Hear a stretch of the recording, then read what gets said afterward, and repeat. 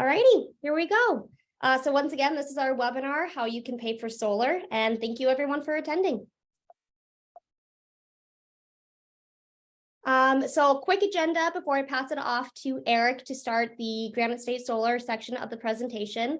So we're going to go over who Granite State Solar is, how solar works, our solar process, solar as an investment, and then Sam will take over the federal solar incentives and state programs as well. And then we'll move on to Lori with the VSECU solar loan options. Eric, whenever you're ready. Awesome. Thanks, Lily. Thanks for the introductions. Really appreciate it. And thanks everyone for attending this webinar. Again, sorry that you guys can't see me. My camera on my computer seems to not be working, but I think my audio is at least here, and that's the important part. So this slide is just talking a little bit about who we are, who Granite State Solar is as a company. We're a local small business established here in New Hampshire. We have about 20 to 25 employees. Our office is located in Bow, New Hampshire. And our main objective. So I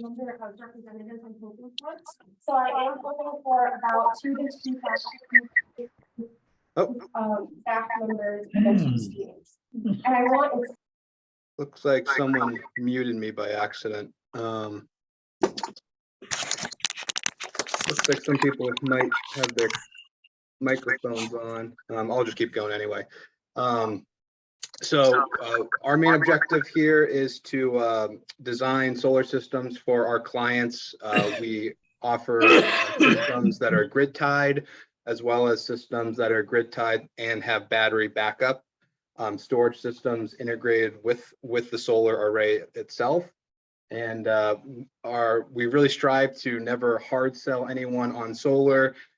We take a much more consultative approach where we're here to guide you through the process, answer questions that you guys have, and really educate you on how solar works and how solar can benefit you. So this slide right here touches just a little bit about how solar, the basics of solar and how solar works. So obviously we first would start with the solar panel. Solar panels transform the energy from the sun and turn it into electricity.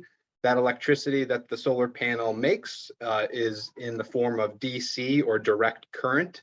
That electricity needs to get converted into alternating current, AC, because that's what the grid uses, as well as that's what our homes and businesses use for electricity.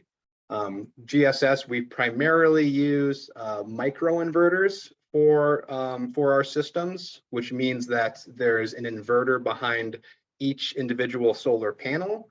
So if a system has 20 panels, there would be 20 microinverters for that system. So once the electricity gets converted into AC, it goes down into the home's main electrical panel, where that electricity gets used in real time by the house.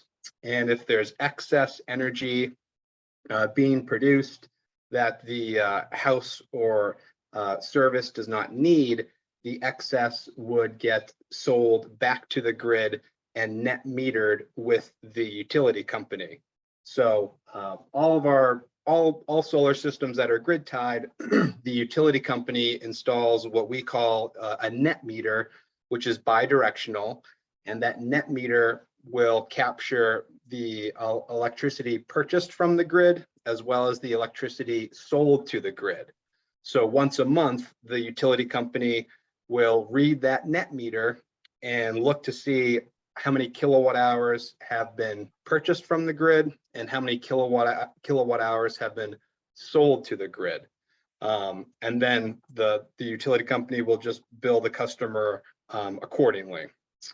So the main difference between an off-grid system and a grid-tied system is that grid-tied solar systems are physically still connected to the grid with a net meter, whereas an off-grid system is completely off-grid, not connected to the utility, does not have a net meter, and all off-grid systems then must have some type of battery backup storage system. I would like to emphasize that GSS, we install grid-tied solar systems, not off-grid systems. And our grid-tied systems can incorporate a battery backup into that system if the homeowner wants to have more energy independence and be able to use that battery during power outages. So this slide touches a little bit upon how our process works when you contact us. So when you contact us via either a phone call or if you reach out to us through email or submit a web lead online, our inside sales team will reach out to you, and what we do is basically an initial consultation over the phone with you, where we talk with you about again how solar works, and we ask to see a copy of an electric bill, and that's really important for us because that will tell us a lot about your kilowatt hour usage. We need to find out how much electricity you use, which will ultimately determine how large of a solar system you need, how many panels you need to offset your consumption.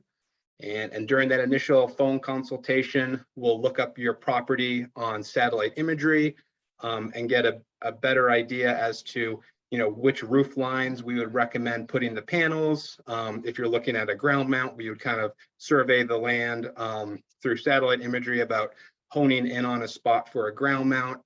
And it's at this time when we can also provide the customer with some ballpark pricing and give you guys an idea as to how much it might potentially cost to purchase a solar system that would fully offset your electric bill. Once the customer agrees to wanting to pursue solar further, we would then set up a free solar site visit where a solar advisor would actually come out to the property and take shade analysis readings of the roof, take detailed roof measurements, and ultimately gather all the information that's necessary to design and provide a formal proposal to the customer.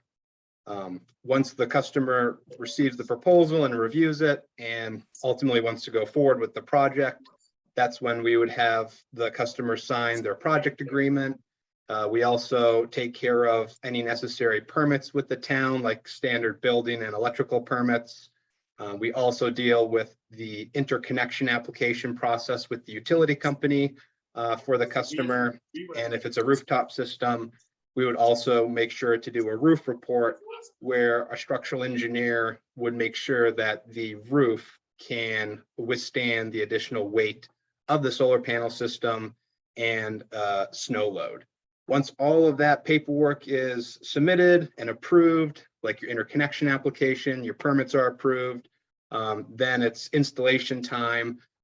Once the system's installed, typical installation takes about 1 to 2 days. Once it's installed, the system must get inspected by the town. Once the town inspects it and approves it, that's when the utility company would come out to install the net meter. And then once that net meter is installed, that's when the customer can officially go live with their system and turn on the array. And once the array is turned on, the net meter is installed. GSS also offers a final walkthrough where the solar advisor would come back out on site and do a final walkthrough with the customer to show them how to read the net meter, show the customer the various components that have been installed, and also make sure that the customer has access to their monitoring system so they could view their solar array on their smartphone or on a web-based computer. So this slide talks a little bit about how solar works as an investment, and really the main objective with going solar is to insulate yourself from utility rate hikes, right? Because when someone goes solar, they're essentially pre-buying their electricity needs, and they're essentially pre-buying their electricity cost at a fixed rate one time for the next 25 plus years. You know, these solar panels, the microinverters, both of those components have a 25-year warranty to them. So when you go solar, you're purchasing this system from us and you're locking in your electric bill for the next 25 years. Some people pay for the system outright through their own means of funding, where they're writing, you know, a check to GSS for as a means of payment for the system. Other people take out a loan through our partnered bank, the Vermont State Employee Credit Union, and that's where they would have a monthly loan payment for their solar system. And VSECU, we'll talk a little bit further later on, more about, you know, a monthly payment and your electric bill. But a break-even point with a solar system, that's, you know, a residential solar system is about 8 to 10 years is where someone will see, you know, their return on investment. You know, when you go solar, you're not just pre-buying your electricity and offsetting your electric bill with solar energy, but you're also making a significant home improvement with your house. You know, we're in an era right now that is kind of the electrification era, where, you know, high efficiency heat pump systems are getting installed in people's homes. Those use electricity. People are converting their hot water to electric water heaters or heat pump water heaters. Plug-in hybrid cars are becoming more prevalent, and full-on electric vehicles are becoming more prevalent on the road. So as more things become electrified, a house with a solar system attached to it is going to be a very attractive asset to have when that house goes on the market to be sold. So that's it for my slides. I think now Sam Evans-Brown with Clean Energy New Hampshire is going to talk a little bit about the current incentives that are available. Hi, folks. Can you hear me? I'm just wave. Can you hear me? Okay, so I'll wave. So I'm Sam Evans-Brown with Clean Energy New Hampshire. For those who don't know, if you just hit next slide here. Clean Energy New Hampshire is a 501c3, so we're a nonprofit, and we represent our members, who include Granite State Solar and a lot of other clean energy companies in the state of New Hampshire, but as well as a lot of individual folks who contribute towards our mission. And our mission is this right here, is trying to make a better clean energy policy landscape in the state of New Hampshire. Eric sort of walked through the nuts and bolts of how you would get solar on your house. And the thing that I would point out is that almost every step of the way, there are policies that enable individual homeowners to choose solar for their home, that if those policies were to go away because of a not favorable political environment, the economics of having solar on your roof can get a lot worse very quickly. So the three policies that are sort of the bedrock of the economics of solar in New Hampshire are net metering, which Eric mentioned. Net metering is the policy that lets you sell power back to the grid at a reasonable rate. And then the second is our renewable portfolio standard, which there's some allusion to it in there, but you as a solar owner can not only sell your electricity, but you can also sell renewable energy credits, and those renewable energy credits help to satisfy the utilities requirements. They need to buy a certain amount of their electricity from renewable sources, and they satisfy those requirements by buying renewable energy credits from solar owners and the owners of other clean energy technologies. And then the last one are grants and rebates, which we'll get into toward the end. So next slide here, which we were already at. So perhaps there might be somebody who wasn't following the news and has not heard about the Inflation Reduction Act, but it is a very big deal. And the bulk of the spending that is going to come through this this bill that was passed, sort of out of the blue late last year, comes in the form of clean energy tax credits. This is a breakdown of all those tax credits. It's not the only spending that was in that bill, and I'll tell you a little bit about other things that were in there in another slide, but that's the lion's share of the spending comes in tax credits, and that includes an extension and expansion of the tax credit that you as a homeowner can claim if you were to put solar on your roof. So next slide here. So this is what that tax credit looks like. So the top where it says current ITC, slide's a little out of date. That actually should say the former ITC. ITC stands for the investment tax credit. That was set to phase down. And if it hadn't been for the passage of the Inflation Reduction Act, the federal tax credit that you'd be able to claim for having put solar on your roof would this year have been 22%, and then next year was going to drop down to 10%. But the Inflation Reduction Act expanded that tax credit back up to 30%, which is where it initially had been prior to 2022, and then has a 10-year time frame in which that 30% tax credit is going to be available for.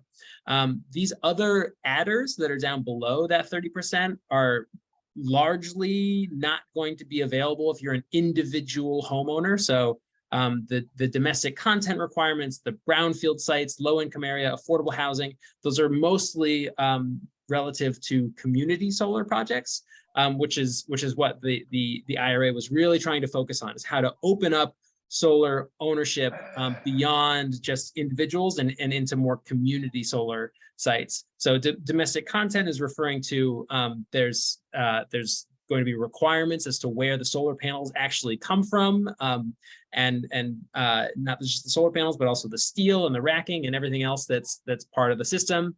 And you can get a 10% adder if your project incorporates those components. There's a 10% adder if a community solar site is built on a brownfield, which brownfields refer to anything that's sort of environmentally degraded land. So a capped landfill is a perfect example of a brownfield, and almost every community in New England has their own old capped landfill that has been out of use for decades. Low-income areas, there's also a definition here for energy community, which, again, perhaps not super interesting to folks on this call, but it's actually aimed at areas of the country that have been involved in fossil fuel extraction. So if you have, a coal mining town, that whole town can get a 10% adder to the federal tax credit. And then, of course, affordable housing gets an additional 20%. And those are stackable. So you can imagine a project, that has domestic content located on a brownfield that's benefiting low-income communities that would be a 50% tax or a 60% tax credit for that site. And so these, I think, have the potential to be transformational for the community solar side of things, which is not to say that if you folks are considering it just for your individual home that you should hold off, but it's just a thing to be aware of, that it might open up new possibilities down the line. So why don't we go to the next slide? Oh, it looks like one of my slides is cut out here. So that might have been my fault, but I did have a slide in here that was about the other pots of funding that are available through the Inflation Reduction Act. There's multiple different programs that the IRA is standing up that may have some impact on the New Hampshire, the affordability of solar in New Hampshire. But the one that I wanted to spotlight is what's referred to as the Greenhouse Gas Reduction Fund. So up at the top of the slide there, you see GHGRF. It's a $27 billion fund that is going to be made available for the term of art is entities that have the characteristics of green banks. And so these are the squares here are the types of entities that may possibly get some of that funding. And an interesting thing that's just to be aware of right now is that the Inflation Reduction Act was passed in August of last year, but it's created so many new programs that they've had to take the law. The laws are written and give guidance, but agencies carry out the laws, and so they have to turn laws into rules to put meat on the bone of what the laws say. And so agencies have been furiously writing guidance and writing rules to inform as to how they're actually going to carry out the law. And actually the guidance for the Greenhouse Gas Reduction Fund came out just yesterday. And so a lot of folks are furiously reading that and trying to figure out how this is going to work. But needless to say, stay tuned, because a $27 billion fund, if you were to sort of break it down on a per capita basis, might mean that there's over $100 million worth of funding that's going to flow into a local institution that will provide some sort of loan support for lower income solar applications here in the state of New Hampshire. So that could look like a lot of different things, and we don't really know yet. So why don't you hit the next slide? Oh, see, there's the slide I was talking about. I don't know how it got moved. These are the things that are in the Inflation Reduction Act, as well as the IIJA, the Infrastructure Investment and Jobs Act, also known as the Bipartisan Infrastructure Law. But we can just scoop past this one because I sort of and I guess I probably shouldn't have needed this slide either. This was to say we actually weren't even sure that we were going to get the guidance that came out yesterday. The coverage was that we thought that the IRS was going to blow their deadline in putting that guidance out, but indeed it did in fact come out yesterday. So next slide, and we'll talk about the state incentives, which I saw that in the question. So state incentives. So I mentioned the renewable portfolio standard that can allow you to sell renewable energy credits, which is an additional funding stream that will help you to defray your investment for a solar panel.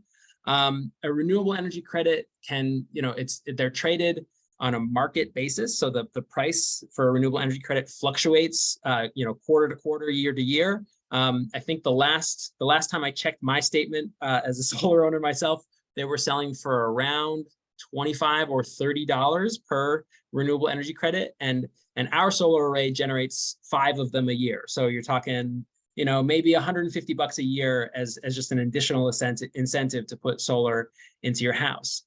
The way the renewable portfolio standard as a policy works, though, is that you as an owner, you get to claim that those additional dollars, but then the utilities are required to buy those renewable energy credits. And if there aren't enough renewable energy credits on the market, then they pay an additional fine, an additional fee that's called an alternative compliance payment.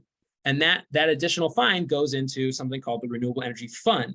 And this is the Renewable Energy Fund. So if the utilities can't get enough renewable energy, that they put money into this bank account, and the bank account is used to incentivize further development of renewable energy. As it stands right now, that incentive, what that looks like is you can get a rebate for solar as long as there's enough money in that fund. It's paid out on a per kilowatt basis. So depending on how many kilowatts you install on your roof, you get more of an incentive, and it tops out at $1,000. So the maximum rebate for a residential solar installation is $1,000. And as you can see on the top right square there, the average award is around $990. So most folks who actually do get that rebate get pretty close to the maximum rebate. The rebates aren't just for solar arrays. If you're interested in installing any of these other technologies, wood pellet boilers, those are also available. And so just something to consider. Next slide. And then the last state program that I want to mention is the Clean Energy Fund. This is only available for Eversource customers, and it's brand new.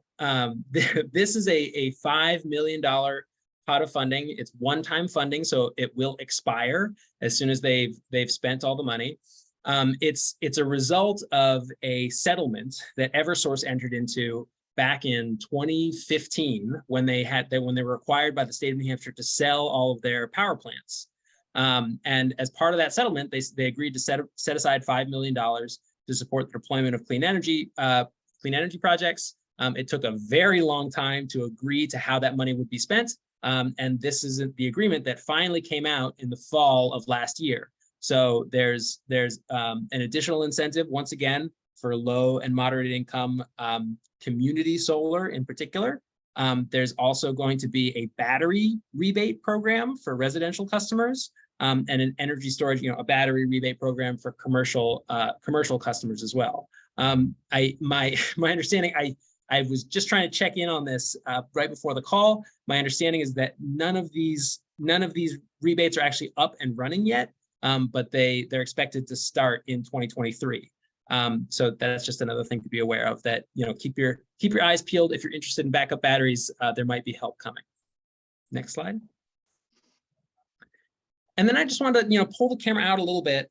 This is from a group of academics in Princeton. It's called the Princeton Repeat Project, Rapid Energy Policy Evaluation Analysis Toolkit Project. And this is their forecast of what they think the passage of the infrastructure law and the IRA are going to do to the energy mix in the United States over the course of the next 15 years. And so the yellow on this chart here are the deployment of solar that they expect this will spur. And needless to say, we expect it to be really dramatic. I think that if I were in your shoes and having not invested yet in solar, the only question I'd be asking myself is sort of like, how quickly can I get a crew out to my house? Because I think the time, it's like planting a tree. Like, when is the best time to plant a tree? 20 years ago. When's the next best time? Today. And I think that's true of solar investments as well. So I think that's all I've got. I maybe had one more slide. Is that, Lily, did I have one more? Yeah, and this is an event that we have coming up. If you're at all curious, it's coming up on Tuesday, March 28th, and you can check out our website if you're interested in attending. And that's all I got. Awesome. Thank you, Sam. I'm going to pass it over to Lori Fielder at VSECU. Lori, take it away. Great. Thanks, Lily. Everyone can hear me, right? I can't see anybody right now, but I'm assuming they can.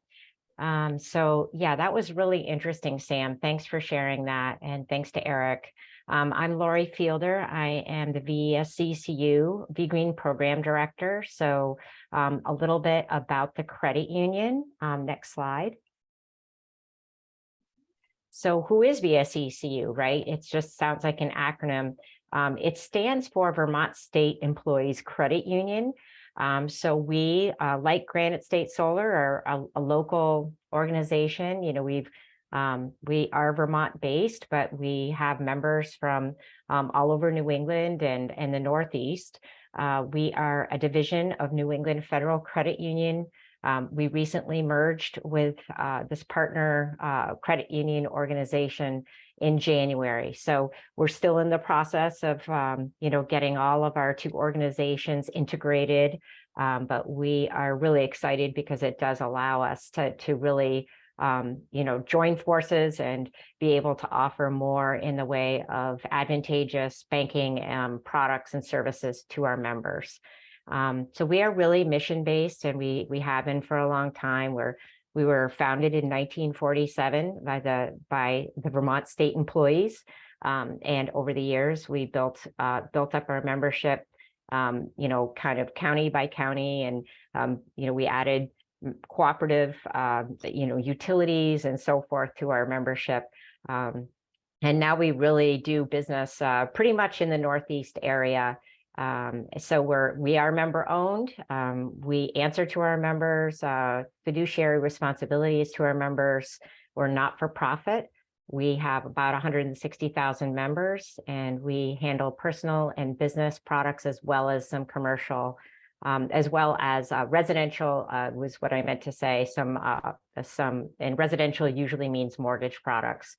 And so all the traditional banking products and services, we have mobile and online, digital services, all online, loan closing. So it's really streamlined and easy. And we also are solar powered. And you saw the picture in the very first slide is the picture of the solar array that we basically are the main off taker for. And we do keep and retain and pay for our RECs, so that we can claim that we are 100% renewable.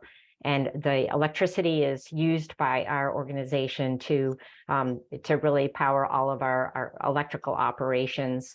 And we have about 9-10 branches in Vermont, and we have some other business operation buildings as well. So the important thing to know is that how do you become a member of VSECU? You can join by becoming a member of a partner association. And the partner association that we utilize for our green lending products is Northeast Sustainable Energy Association. They call themselves NESI. They're based in Greenfield, Mass. So we really like to work with local associations, and they're a trade association that supports the high efficiency performance homes in the built environment. Next slide. So what we have is we've worked over the years to coordinate sort of a really local program for partners in the green and clean energy space. We do this by identifying partners like Granite State Solar that really align with our own mission and vision for what clean energy transformation will look like. What we'd like it to look like. And we are pretty involved in what Sam was talking about as a credit union, looking at ways that, we are going to be able to affect that clean energy transition and help deploy some of those funds that are being, that are being announced right now. So some of the products that we have worked with Granite State Solar, and so this is a partnership where, we partner with them to work with their customers, and we have a streamlined process. We are able to offer discounted rates off of our standard V Green loans. And these are the three products that are primarily used for the program.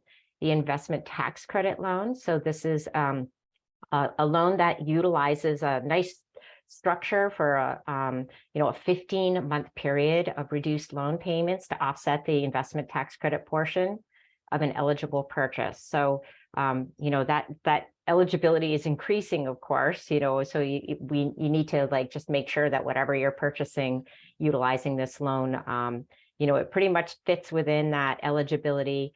Some folks still get heat pumps, using this loan, and that's fine. They just have to understand that initial 15-month is based on 30% of the loan amount. The maximum loan amount for this loan is $60,000, and there's two terms, a 7 and 12 year. Just like Eric was talking about at the beginning, the return on investment for solar is somewhere around that range for most people, depending on how they put their 30% tax credit to work for them. Another option is the 20-year energy improvement loan. This one doesn't have that ITC structure. It's a straight amortizing loan. It has an extended term to really be utilized to finance this larger investment.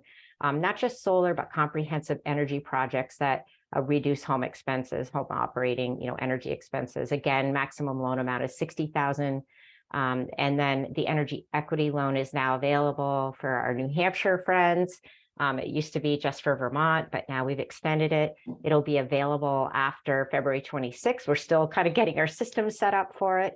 And it has a really low interest rate. And it's, something that we basically can offer with almost no closing costs, especially if we don't have to do an appraisal on the home. And we have some tools to figure out if that's possible for you. And we also have some business solar loans available if people have a business they're interested in. And just a reminder that the rates you're seeing here, they basically are for credit scores of 680 or above. And we do have other terms and rates available depending on individual credit term, credit standing and term. Next slide. So I just wanted to do a quick example. I think this is helpful for people to understand. And I just picked two of the loans because for the most part, people like the 12-year unsecured investment tax credit loan. Again, that's not secured by your home or anything. And then the 15-year energy equity loan. And what I like to show is kind of how the payments would work, mainly if you do decide to apply your 30% tax credit versus if you don't. So what you see in that, I kind of set it up so you can see what the basic features are of those two, options. The investment tax credit loan, that lower payment period for 15 months. You can decide if you want to apply you don't have to apply the 30% to that loan balance. A lot of people, they take that 15 months, when they go to apply for their tax credit about this time of year, right? We're all kind of doing our taxes now, January, February. And and they go through the process of applying for, utilizing the IRS form to claim that tax credit. And then they find out from their tax advisor how much of it they are able to get. Now, remember, this is against your tax liability. So it's not a rebate. This is something you should talk to a tax advisor about to make sure that you are eligible and that you understand your tax situation.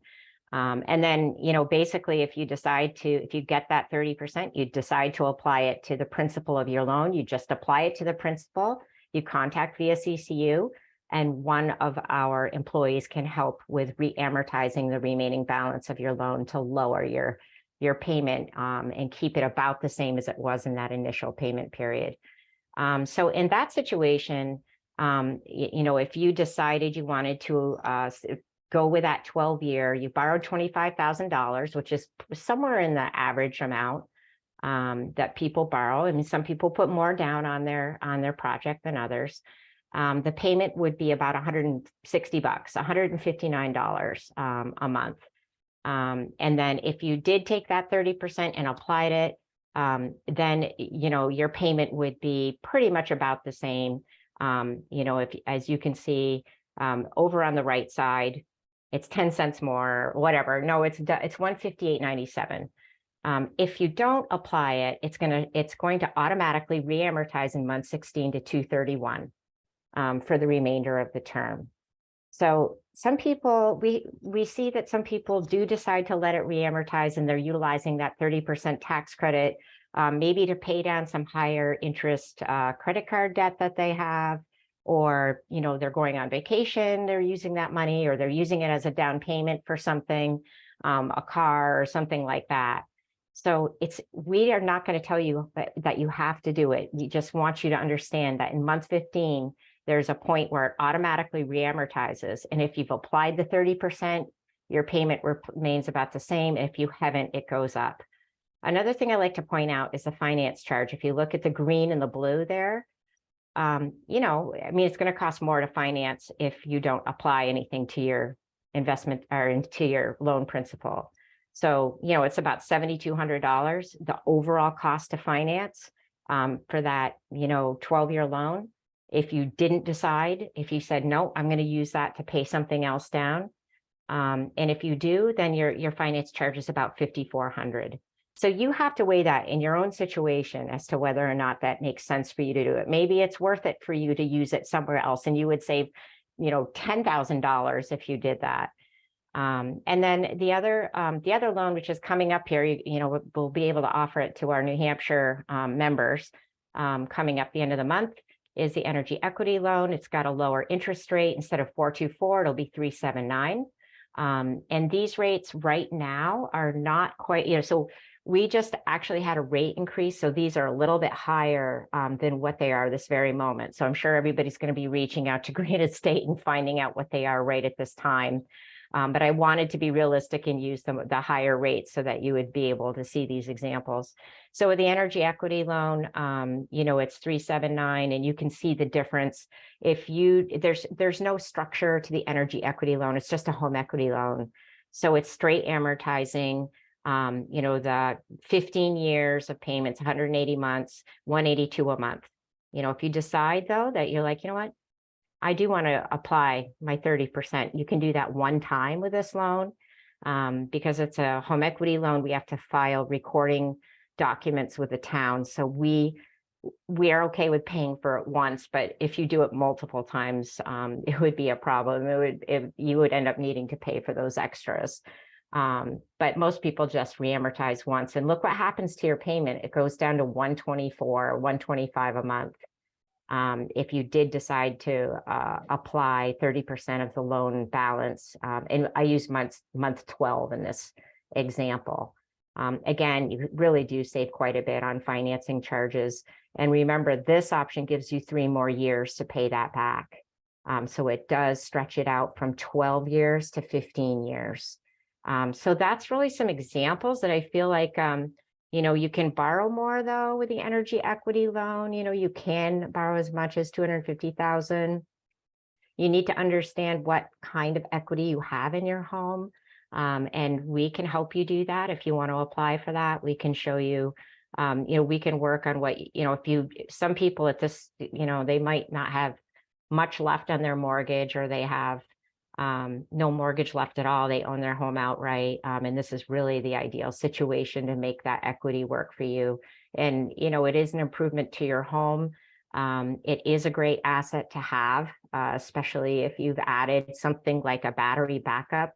Customers that are out on the market looking for property are going to be looking for these types of improvements, because electric rates are just going up, and it does make sense to use a home equity loan to increase, to go ahead and I agree with Sam that this is a great time. Now's a great time to do this. There's just so much out there to help people move forward with this investment. Next slide. So how do you start? I was trying to think of Eric's slide in the beginning there, where he was sort of talking through the process. We really encourage you to go ahead and meet with your Granite State Solar advisor first, and sort of just really make sure you understand what your capacity is to do solar, your roof or your property, that it's well situated, and that permitting is going to be something that's going to be manageable. And then, it's also something that you want to, once you get that sort of figured out, they're going to provide, and, you can talk about whether or not you want to finance it. They'll provide you with a quote, based on that financing. So if you say, yes, I'm interested in that, they can build that into your package. And we'll help you from there once you apply online with us, and talk to you about how the closing works. We coordinate with Granite State on loan closing, so that, that we close the loan pretty close to when they're scheduling your installation, so that you don't install too early. We wouldn't want a situation where, you closed your loan really early and started paying an electric bill plus a loan payment at the same time. So we do work with them to make sure that we've coordinated that, and it'll be really close to, you'll start seeing those energy credits hitting your bill and offset as an offset. That will be going down while you start your loan payments. Next slide. And this is something that Eric and his, staff can provide. We'll send you, if you're interested, a document that you can follow along, and you can look at the two unsecured option and the home equity option. We do have two different web, links, but they have a page that's vsecU.com/Granite State Solar. It'll have all the information there about the loan options. And you can choose which one makes sense for you. Yes, I have equity. No, I don't. And then we can help you through that process from there. And then again, when they're ready to schedule the loan closing, we'll work with you on that loan closing. We'll be working with you on getting your memberships opened. First you open your membership with VSECU, then you're eligible, and that's all complimentary. We pay for that. And then it's super easy. It's a one page, just click and you're done. And then you'll join VSECU. And the way that works is we have each of the borrowers, if you have a joint borrower situation, each of you will open a VSECU membership. So it's only one VSECU membership per household. And then each of you open a VSECU credit union membership, and it's $5 each. And then what we'll do is walk you through the loan documents. It's a really super easy DocuSign process. And we even streamline the payments so that we close the loan and fund the loan. And we give a portion to Granite State right away. It transfers to their account, so there's no checks for you to write. And then when the installation is completed, we have the remaining portion held in your VSECU account. It's on a management hold. So it's your money sitting in your account. You're earning interest on whatever is remaining until the installation's complete. And they'll notify us, and then we release that final payment to their account. So it's really easy. It's, you really are just being notified, and we'll work with you if you have any questions along the way. Next slide. This is how you reach us if you have questions.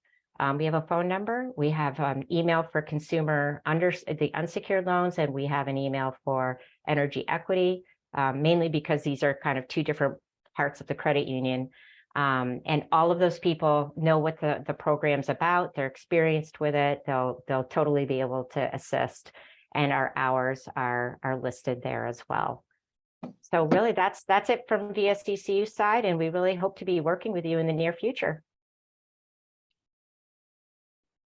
All right, awesome. Thank you, everybody, so much for your presentations. Right now, we're going to move into our Q&A section. I'm sure everyone can locate the chat section on their screen. If you guys have a question, please drop it in below. It looks like we already have some. So I'll give everyone a few minutes to enter in some questions while I go through here and see if I can't find one that we haven't answered already. I'm also, Lily, I'm also happy to sort of say some of these out loud if that's helpful, because I was active in the chat, as they say. Awesome. Yeah, sure. Go ahead, Sam. So some of these are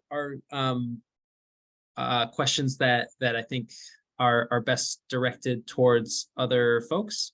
But the ones that I thought I could hop onto really quick are there. So there's a question about about net metering generally in the state of New Hampshire. So Jerry said the Eversource bill has all kinds of other fees and costs besides the actual electricity, such as transmission. So the way that net metering works in New Hampshire is that you get I suppose I could turn my camera back on if folks are interested. You get the transmission, the full transmission rate, the full energy rate, and you get 25% of the distribution rate. And so that's going to be different for every service territory. So if you're Eversource, if you're Unitil, if you're Liberty Utilities, if you're the New Hampshire Electric Co-op, those are all slightly different. And in fact, if anyone on here is a New Hampshire Electric Co-op customer, the co-op has actually a totally different net metering tariff, which we can dig into if you're interested. But what that pencils out to, so the 25% of the distribution rate usually pencils out to a decrease of about 3 cents per kilowatt hour. So if you're all in cost for your electricity bill, I think a lot of folks are paying, if you're Eversource, I think we're paying in the neighborhood of 30 cents per kilowatt hour, your whole all in costs. That means that any energy that you export out to the grid, you're going to be getting somewhere in the neighborhood of 27 cents as opposed to the full 30 cents. And that was a policy decision. That was the result of a 2017 another settlement at the Public Utilities Commission that resulted in sort of a small haircut for the net metering rate in New Hampshire. You don't get the really tiny charges, which are the stranded cost recovery charge and the system benefits charge. Those are pretty minimal compared to the big items on your bill. And then I think that was all I wanted to say about that question. Community, and there's a question about community power, which I feel uniquely equipped to answer. So community power aggregation is something that's launching as we speak. It does not currently exist yet in New Hampshire, but there are a bunch of communities that are about to launch community power aggregation. If you are a net metered customer, or if you're considering getting solar, I would advise you to opt out of community power when it launches in your community. The reason for that is that the New Hampshire's utilities have not been willing to share with the community power providers the account numbers of folks that are net metered. And so the community power brokers are not going to be able to identify net metered customers, and they were not going to be able to reimburse you at the net metered rate. So how community power works is that your town is going to purchase electricity on your behalf on the markets, and you're opted in automatically into that buying pool of electricity purchasers. So if you're considering net metering, when you get that notification in the mail, you should go to the website and click opt out, because you're not going to get a good price for your electricity if you net meter. Awesome, thank you. All right, I see a question in here, and the question is, I'm not sure if this is for a VSECU question or a question regarding the tax credit. but would I be eligible for any of these programs given my property is a second home? Lori or Sam, if you feel free to answer. I believe the answer to that is yes. I don't know of any programs that aren't eligible based on it being a primary residence or a secondary residence. Awesome. All right, let's see if there's another one in here. Looks like, Lily, there was a question about 100 amp service versus a 200 amp service. So it looks like someone has currently 100 amp service, and they're asking if that would be compatible with a solar system. And yes, absolutely. We can tie a solar system into an existing 100 amp service. That service does not need to be upgraded. However, if that homeowner is looking to just upgrade to 200 amps anyway, because they're looking to add an electric vehicle charger, and they need more amperage at that service, GSS can quote service upgrades to 200 amps. And I'll just tag onto that. Those types of improvements are eligible for financing. Just keep in mind that the loan, what the loan maxes are. So 60,000 for unsecured, and of course, more if it is the home equity loan. So yes, we will include those. Just another point to make on that last question about second homes. If they are rented, like, if it's an investment property, we need to treat it as a commercial loan. Unless it's like only for a couple weeks a year, which we would still consider personal use. Wonderful. So it looks like we have touched on just about every question in the chat right now. We are reaching our 3 o'clock time stop. I would highly suggest take a photo, write down the contact information that you guys can all see. And if you have any additional questions, we are all more than willing to answer them at a later date. Just give us a call or an email, and we're here and we're happy to help. So I think this kind of concludes our webinar. I just want to thank everyone again for attending, and I hope you all got something good out of this. Thank you, guys. Thank you.